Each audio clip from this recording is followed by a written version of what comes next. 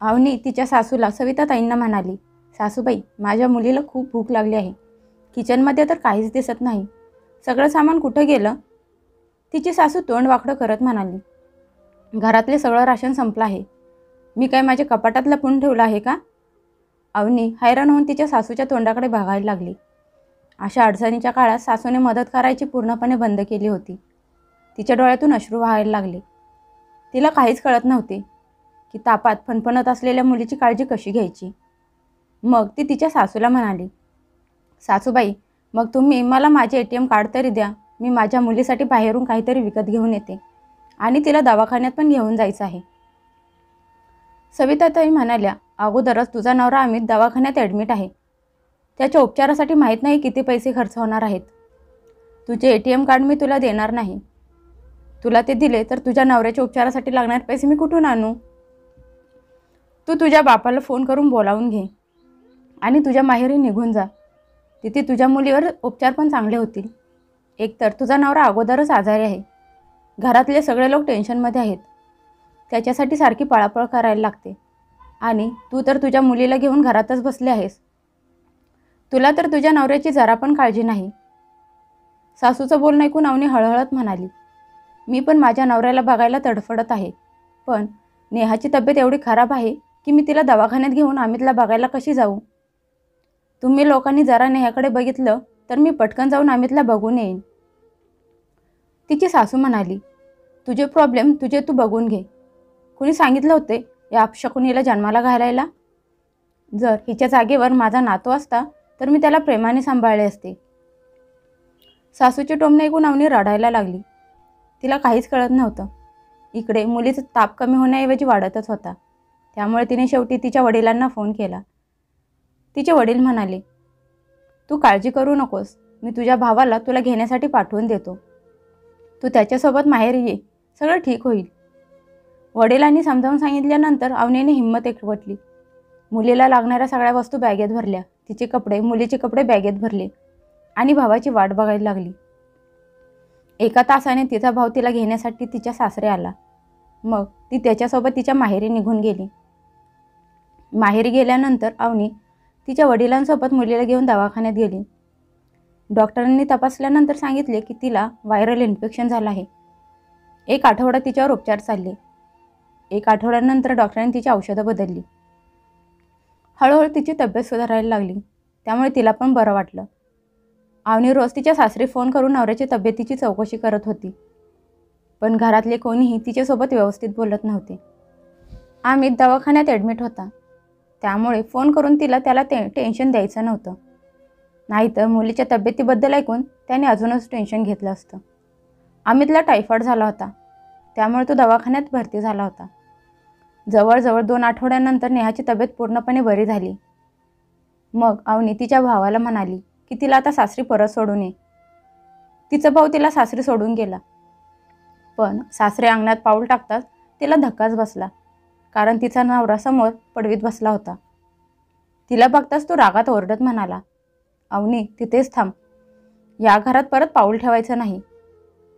हे ऐकून अवनी आश्चर्यचकित झाली की अचानक तिच्या नवऱ्याला अमितला काय झालं? तो एवढा रागात का आहे? अमित म्हणाला, अवनी, तू अशी माहेरी सगळं सोडून कशी काही निघून गेलीस? इथे मी दवाखान्यात भरती होतो. तुला माझी जरा पण काळजी नव्हती का? अवनी तिची बाजू त्याला समजावून सांगतच होती. तेवढ्यात तिची सासू तिच्या नवऱ्याला भडकवत म्हणाली, अरे अमित, मी तुझ्या बायकोला किती थांबवण्याचा प्रयत्न करत होते. मी तिला म्हणाले की तुझा नवरा आजारी आहे. तो दवाखान्यातून घरी परत आला आणि तू त्याला घरात दिसले नाहीस तर त्याला चांगलं वाटणार नाही. पण तिनं माझं काहीच ऐकून घेतलं नाही आणि आराम करण्यासाठी माहेरी निघून गेली. तुझ्या उपचारांसाठी तिने 1 पैसा पण दिला नाही. सगळा खर्च तुझ्या भावाने केला आहे. काय उपयोग झाला तिचा नोकरी करण्याचा? मुलीचा जन्म होण्याअगोदर तिने जेवढे पैसे कमावले होते ते तुझ्या उपचारांसाठी देऊ शकले असती.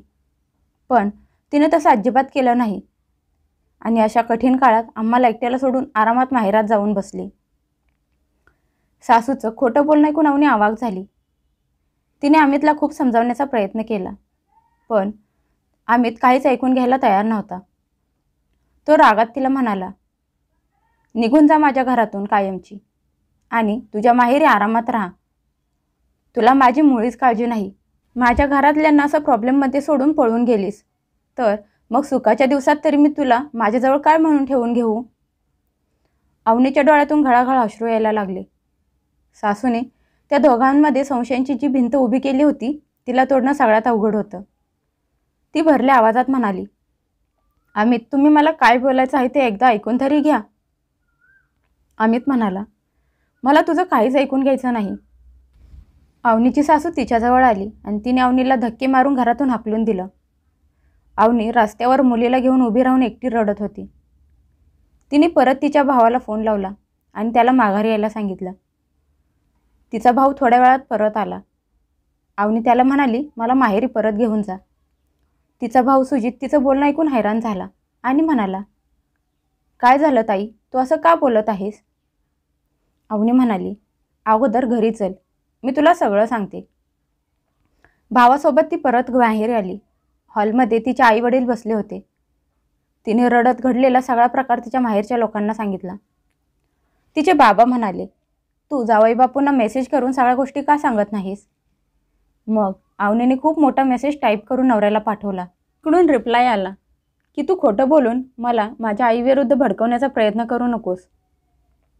जर अशी गोष्ट होती तर तू मला एक मेसेज करू शकले असतीस. अवनी हैराण झाली की अमित त्याच्या आईच्या बोलण्यात आला.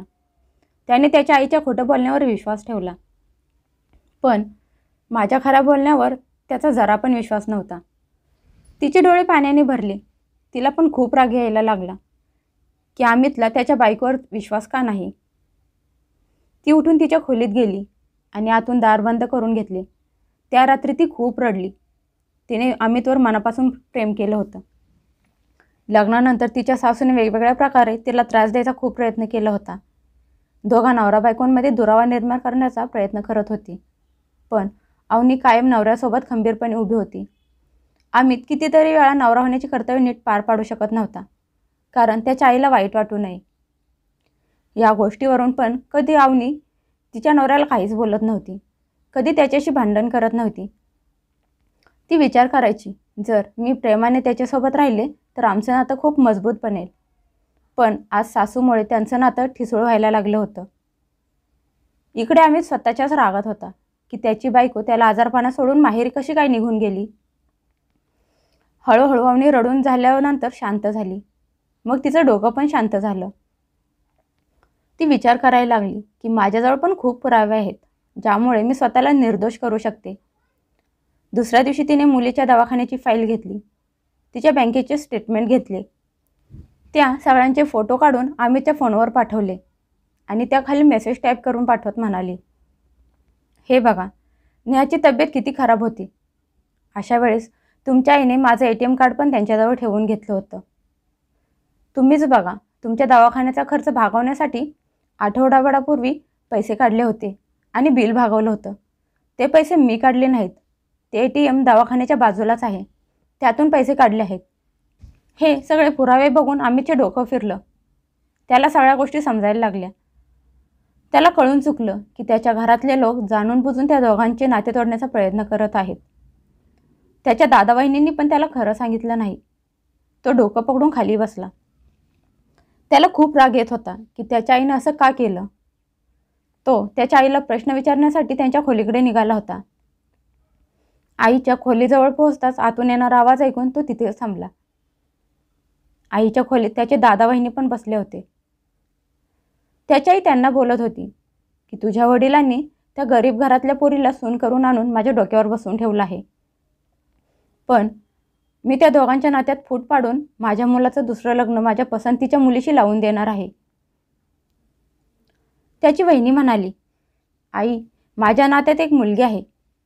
ती विधवा आहे, पण तिचे आईवडील खूप श्रीमंत आहेत. ते लग्नात खूप पैसे दागदागिने द्यायला तयार आहेत. मला भाऊजींचं लग्न त्या मुलीशी लावून द्यायचं होतं, पण मध्येच बाबांनी त्या गरीब मुलीला आणून आपल्या डोक्यावर बसवलं. त्याची आई म्हणाली, म्हणून तर मी त्या दोघांच्या नात्यामध्ये संशयांची भिंत उभी करून त्याचं नातं तोडणार आहे आणि त्याचं दुसरं लग्न लावून देणार आहे. त्याचा दादा म्हणाला, त्याच्या लग्नात जे पण पैसे मिळतील त्यातून मी माझा नवीन बिझनेस सुरू करणार आहे.